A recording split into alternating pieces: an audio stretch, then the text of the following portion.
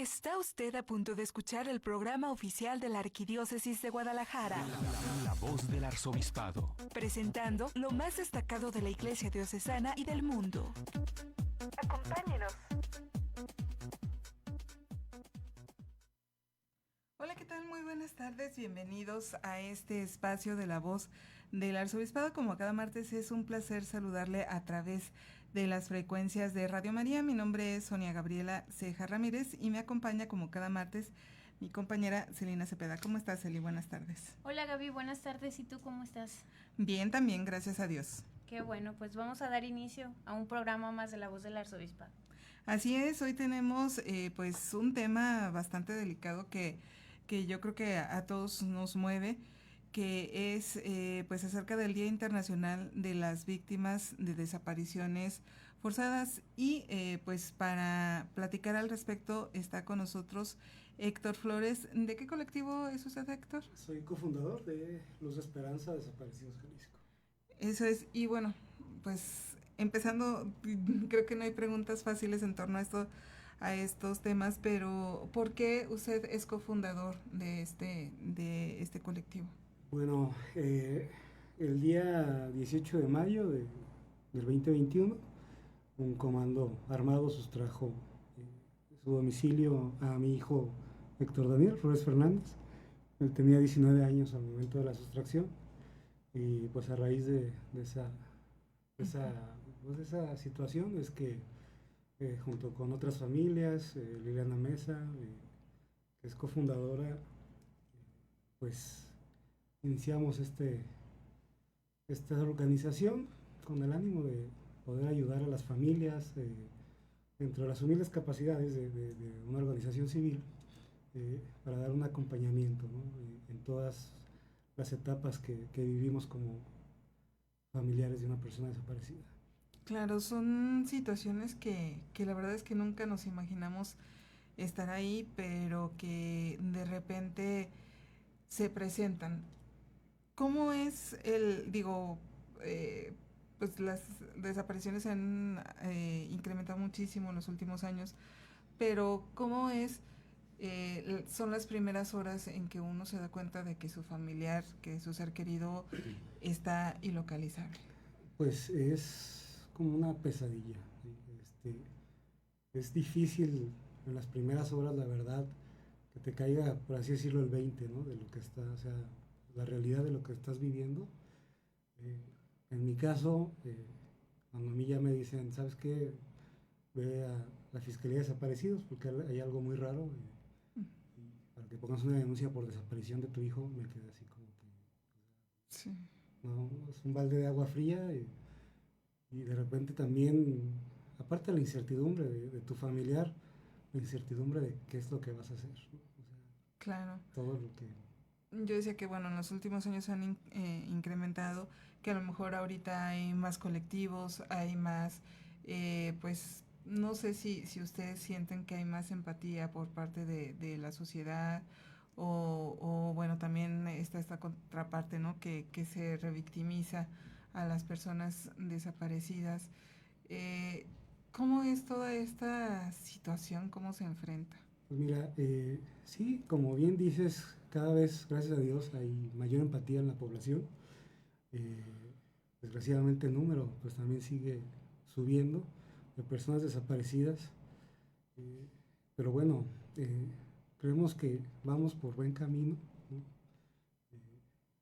Mientras mayor difusión hagamos y una mayor conciencia en que todos como sociedad, gobierno, instituciones, etcétera, vayamos entrando a este tema, yo creo que podemos incidir de alguna manera, ¿no? Nosotros en nuestras familias, en nuestras casas, conocemos pues más o menos los hábitos de nuestros familiares, ¿no? Sabemos a qué horas entra, a qué hora sale, con quiénes se junta, cuáles son sus rutas, por así decir, durante el día. ¿Cómo podemos darnos cuenta que nuestro familiar está desaparecido? O sea, ¿a las cuántas horas de que no tenemos un contacto con él podemos decir, esto no es normal? Pues mira, nosotros recomendamos, por todas las experiencias vividas, como lo comentas, cuando ya sabemos así súper bien las actividades de nuestra familia, ya pasando, no sé, 1 o 2 horas de que no hay un contacto, que nadie sabe dónde está, es cuando tenemos que empezar a actuar. Muchas veces perdemos mucho tiempo valioso, desgraciadamente, tratando de localizarlo. O sea, obvio hay que tratar de agotar, ¿no? Todo lo que nosotros sabemos, los amigos, dónde estuvo, el trabajo, etcétera. Y si ya no tenemos una respuesta ahí, yo creo que es el momento en el que tenemos que, primero que nada, hablar a la Comisión de Búsqueda de Personas para que esta comisión inicie,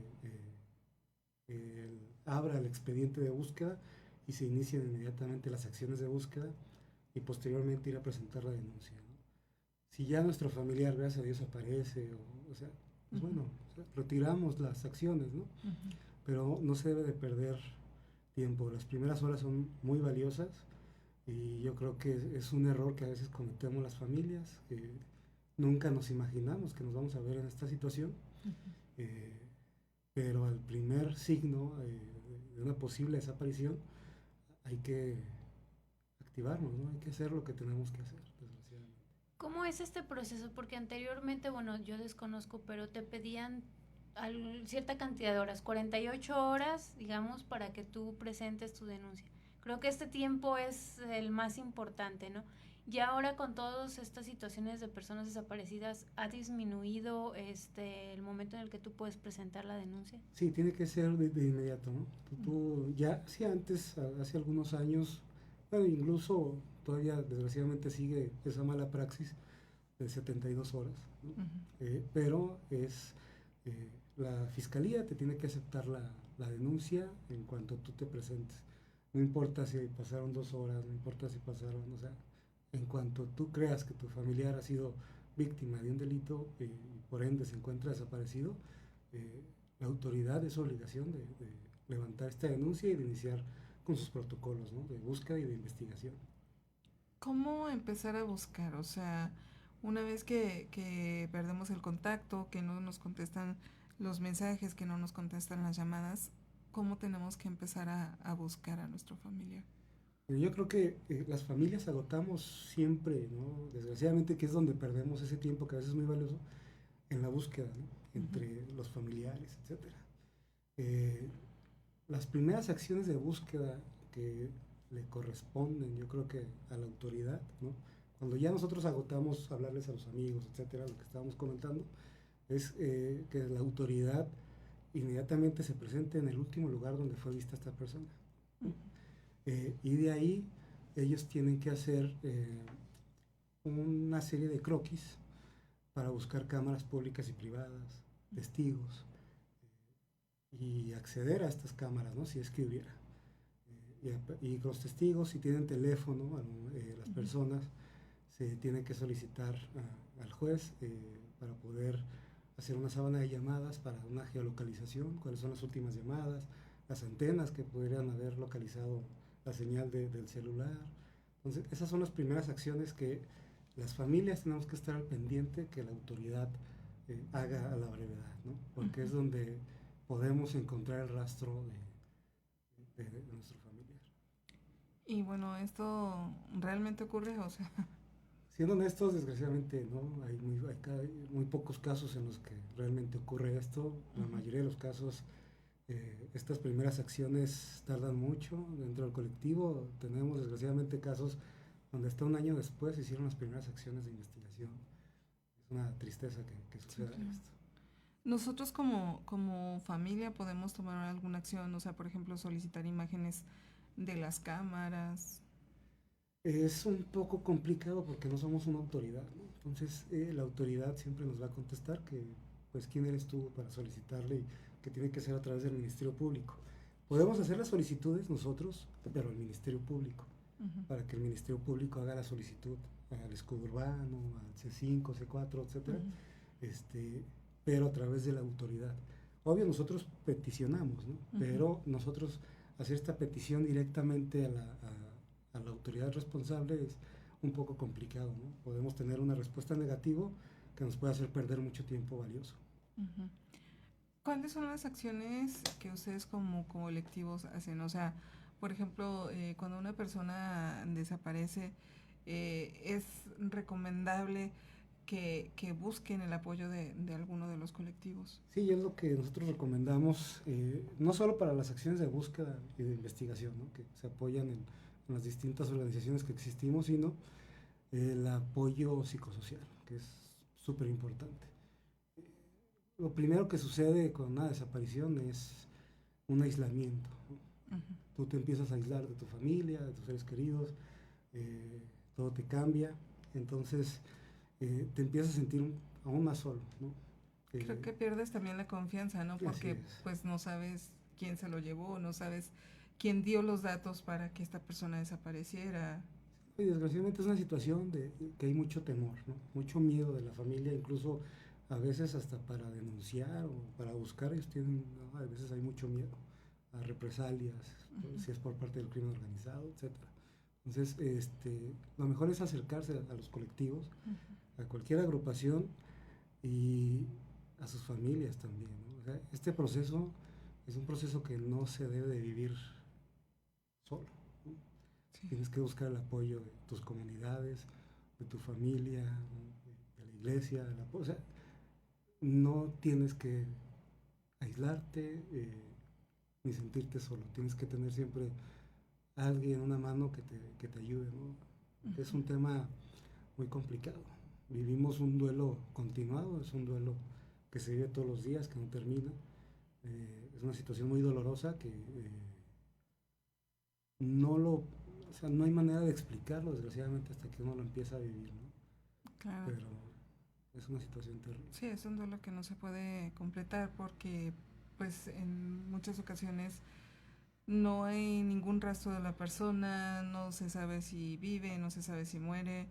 Decía el cardenal en la misa del domingo en el Santuario de los Mártires por los desaparecidos que, bueno, no se sabe si viven, en qué condiciones, si mueren, en qué condiciones, dónde quedaron sus restos.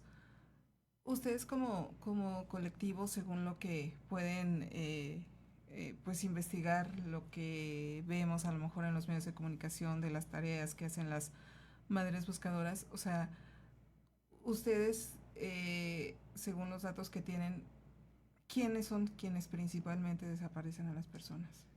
¿Y con qué objetivo? Desgraciadamente hay una corrupción muy grande en México y en el estado de Jalisco. Eh, es el crimen organizado, ¿no? Muchas veces, o la mayoría de las veces, desgraciadamente en conjunto con ciertos elementos del Estado que son eh, permisivos con estas conductas delictivas. Eh, los jóvenes son los principales, es el principal, las personas que son sustraídas, ¿no? Chicos, chicas. Eh, existe un terrible problema que no queremos ver, no queremos reconocer de una esclavitud moderna. Hay una serie de campamentos, desgraciadamente, del crimen organizado donde se nos están llevando a nuestras juventudes a realizar trabajos forzados. No solo son temas de sicariato, sino también de producción de alguna droga. Incluso hemos conocido casos donde sustraen a señoras para que solo hagan la comida de las personas que están privadas de su libertad en estos campamentos. Entonces es ahí donde el principal problema de las desapariciones, ¿no? Y de ahí es una ola hacia abajo de trata de personas, prostitución forzada, incluso hasta llegar a la venta de órganos. Es algo terrible lo que estamos viviendo. Claro. ¿Cómo apoyar a alguien que tiene un familiar desaparecido? O sea, cuando una persona que acaba de desaparecer su familiar, ustedes como colectivo, ¿qué es lo primero que les dicen? Primero es trabajar desde la empatía, ¿no? Nosotros que ya tenemos un familiar desaparecido, pues ya conocemos, ¿no? Lo que se está viviendo, ¿no? Y es tratar de empatizar, ¿no? Tratar de hacerle ver a la persona que se sabe la situación tan difícil que está viviendo, ¿no? Pero que no está sola y que en cada momento puede contar con nosotros para los diferentes procesos y que tiene que estar viviendo a lo largo de la búsqueda y de la investigación de su familiar. Es lo principal, ¿no? Desde el amor, ¿no? Que es lo que nos mueve a todos, transmitir ese amor a esta persona que está recién empezando. Y a las familias, a las personas, yo les diría lo mismo, ¿no? Es trabajar desde la empatía y no revictimizar nunca, ¿no? A la familia. ¿Sí? El señor cardenal mencionaba, pues también el domingo durante la misa, durante la rueda de prensa que hubo posteriormente, que bueno, estos temas desgraciadamente a veces llegan también a dividir a las familias, porque pues a lo mejor nos culpamos entre unos y otros, o a lo mejor decimos, no, es que tú debiste haber hecho esto, no, es que tú debiste, o sea, esto es una realidad también que se vive. Desgraciadamente sí es algo normal, ¿no? Las primeras rupturas que vivimos cuando estamos en este proceso donde se rompen lazos familiares, ¿no? Muchos son por el miedo, ¿no? Incluso muchas personas, tu propia familia que te dice ya no busques, tienes más familia, es muy peligroso, etcétera. Desgraciadamente es una realidad y es de lo primero que viven las familias, ¿no? De los procesos tristes que se viven y que posteriormente también hay un proceso de catarsis, ¿no? Donde te vuelves a encontrar con tu familia y a todos empiezan al menos a participar de alguna manera en la búsqueda, al menos apoyando. ¿Qué nos hace falta como sociedad para sensibilizarnos? Porque muchas veces escuchamos decir, es que seguramente lo desaparecieron porque andaba en algo, ¿no? Y pues sabemos que no es cierto, o sea que la realidad es que a veces hasta, como ya nos comentaba hace un ratito, pues te secuestran para producir cualquier tipo de drogas, ¿no? O para otros fines. Sí, pues nos hace falta una cultura de la paz, ¿no? Nos estamos desgraciadamente deshumanizando cada día, ¿no? Estamos acostumbrados y por el entorno social, desde la música, los juegos, o sea que vivimos una violencia generalizada y lo hacemos cada vez algo más cotidiano, ¿no? O sea, no nos afecta ya nada como sociedad, ¿no? Podemos ver las noticias todos los días, homicidios, tragedias, muertes, desapariciones, y ya se nos hace el pan de cada día, ¿no? No nos mueve ni poquito. Entonces, como sociedad yo creo que tenemos que salir de esa esfera de comodidad en la que vivimos, porque también estos temas son muy complicados, ¿no? Incluso de tratarlos, de escuchar, ¿no? Incluso hablar de una desaparición, de un homicidio, etcétera, un secuestro, de algún crimen de alto impacto, pues ¿sabes? No es grato, ¿no? Y tratamos de evadir esos temas. Entonces, romper esta esfera de comodidad, ser más empáticos, tratar de vivir una cultura de la paz desde nuestras familias, y pues yo digo el amor, o sea, sí, recobrar esos valores, recobrar, ¿no? Los valores, recobrar los valores de familia, porque así como somos en nuestro entorno familiar, y así como estamos educando a nuestros hijos, etcétera, es lo que vamos a darle al mundo, ¿no? Para la sociedad. Entonces, claro, si desde ahí vamos un poco más, ¿qué nos espera? ¿No? Porque las personas que se los llevan también vienen de una familia, ¿no? Sí. Tenemos que hacer nuestra pausa, pero les recordamos nuestras líneas telefónicas 33 33 67 1000 y mensajes de WhatsApp al 33 16 05 12 61. Hacemos una pausa y regresamos.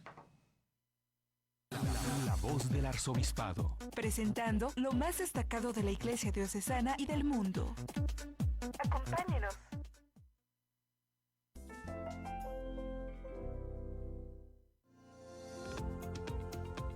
Amigos de Zamora y Jacona, estaremos este 30 de agosto en la Plazoleta El Teco, de 10 de la mañana a 1 de la tarde. ¡Te esperamos!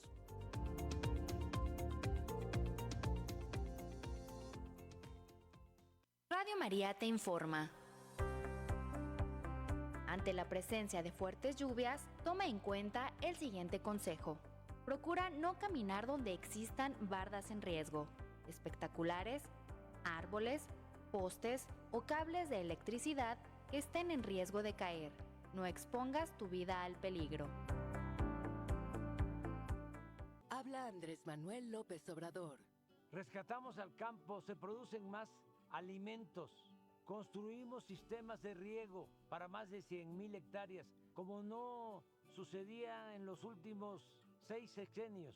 Además, apoyamos a pequeños productores con precios de garantía, con fertilizantes gratuitos. Están comiendo los que nos dan de comer. Lo hicimos entre todos. Gracias. Sexto Informe, Gobierno de México. ¿Aún eres de los que no se enteran de los cambios en la programación? Ponte al día y suscríbete en el boletín mensual de Radio María. Puedes recibirlo en tu correo electrónico o en un mensaje en tu celular. Tenemos 3 opciones para darte de alta. 1. Envía un correo electrónico a info.mex@radiomaria.org. 2. Envía un mensaje de WhatsApp al 33 16 05 12 61. 3. Ingresa a la página www.radiomariamexico.com.mx en la sección del boletín. Todas las opciones acompañadas de tu nombre completo y ciudad donde vives. Vive la experiencia de ser parte de la familia de la radio en el mundo digital. Radio María, 20 años contigo.